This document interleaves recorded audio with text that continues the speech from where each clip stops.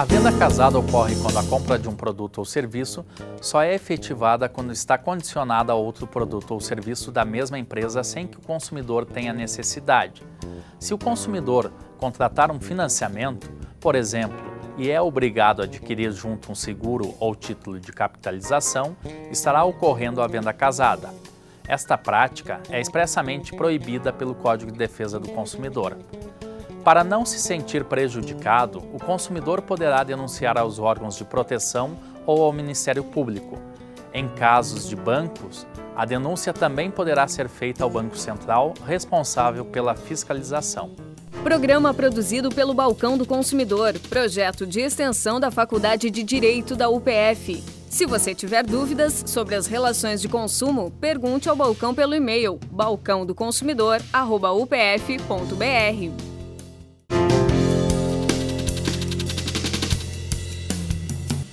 Muitos consumidores já se sentiram prejudicados com a cobrança pela emissão dos boletos bancários, ao optar por esse tipo de pagamento das prestações.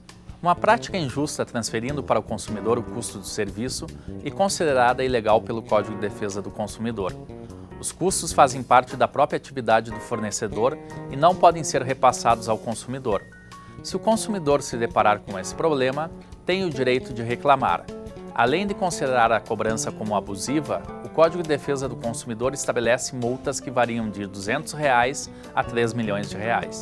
Programa produzido pelo Balcão do Consumidor, projeto de extensão da Faculdade de Direito da UPF. Se você tiver dúvidas sobre as relações de consumo, pergunte ao Balcão pelo e-mail balcãodoconsumidor@upf.br.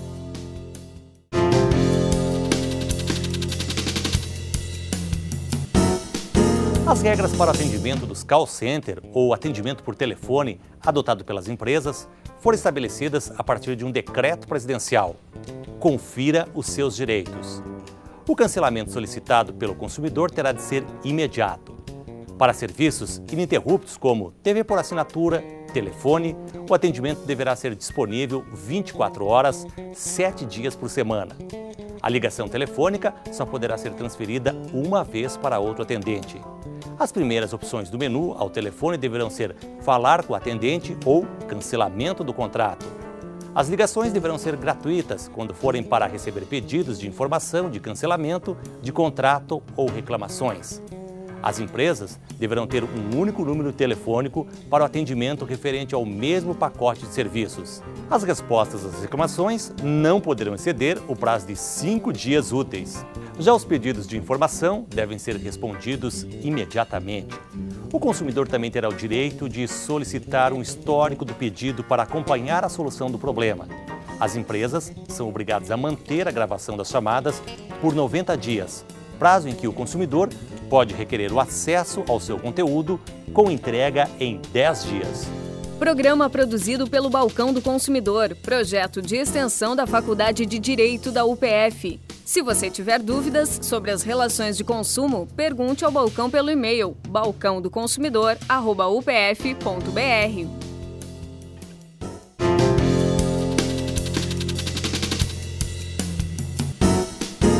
Nas relações de consumo, é muito comum a utilização dos chamados contratos de adesão.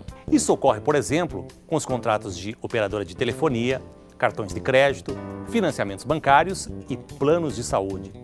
O contrato é elaborado exclusivamente pelo fornecedor, não havendo a possibilidade do consumidor discutir as cláusulas existentes.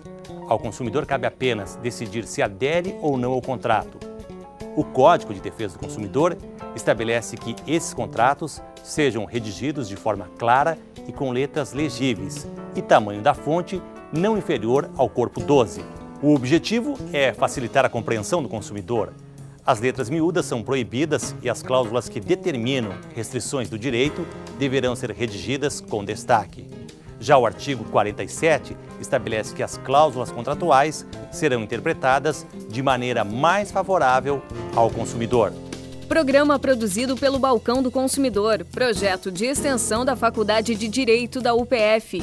Se você tiver dúvidas sobre as relações de consumo, pergunte ao Balcão pelo e-mail balcãodoconsumidor@upf.br.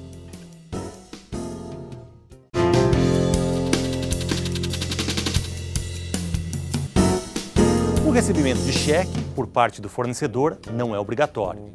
A utilização desta forma de pagamento poderá ser recusada, desde que seja informada de forma ostensiva. A informação ela é considerada um direito básico do consumidor. A não aceitação de cheque deve ser afixada de maneira visível.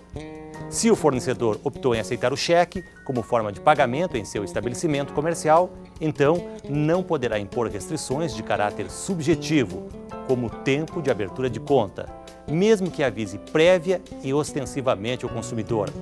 A restrição pode ser considerada discriminação, vedada tanto pela Constituição Federal de 1988, quanto pelo Código de Defesa do Consumidor. Programa produzido pelo Balcão do Consumidor, projeto de extensão da Faculdade de Direito da UPF. Se você tiver dúvidas sobre as relações de consumo, pergunte ao Balcão pelo e-mail balcãodoconsumidor@upf.br.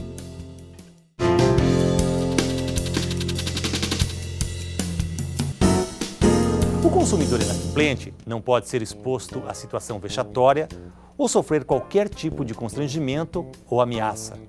A previsão está expressa no artigo 42 do Código de Defesa do Consumidor. O mesmo artigo, em seu parágrafo único, estabelece que quando o consumidor for cobrado, por exemplo, de forma indevida, por um produto ou serviço que não contratou, tem o direito de receber em dobro pelo excesso, acrescido de correção monetária e juros legais. A única exceção é se houver engano justificável. Ao receber uma fatura, confira se todos os débitos foram lançados de forma correta. Se não estiver, entre em contato com o fornecedor e formalize a reclamação. Anote o dia, hora, nome do atendente e peça um número de protocolo, para ficar comprovado que houve o contato. Programa produzido pelo Balcão do Consumidor, projeto de extensão da Faculdade de Direito da UPF. Se você tiver dúvidas sobre as relações de consumo, pergunte ao Balcão pelo e-mail balcãodoconsumidor@upf.br.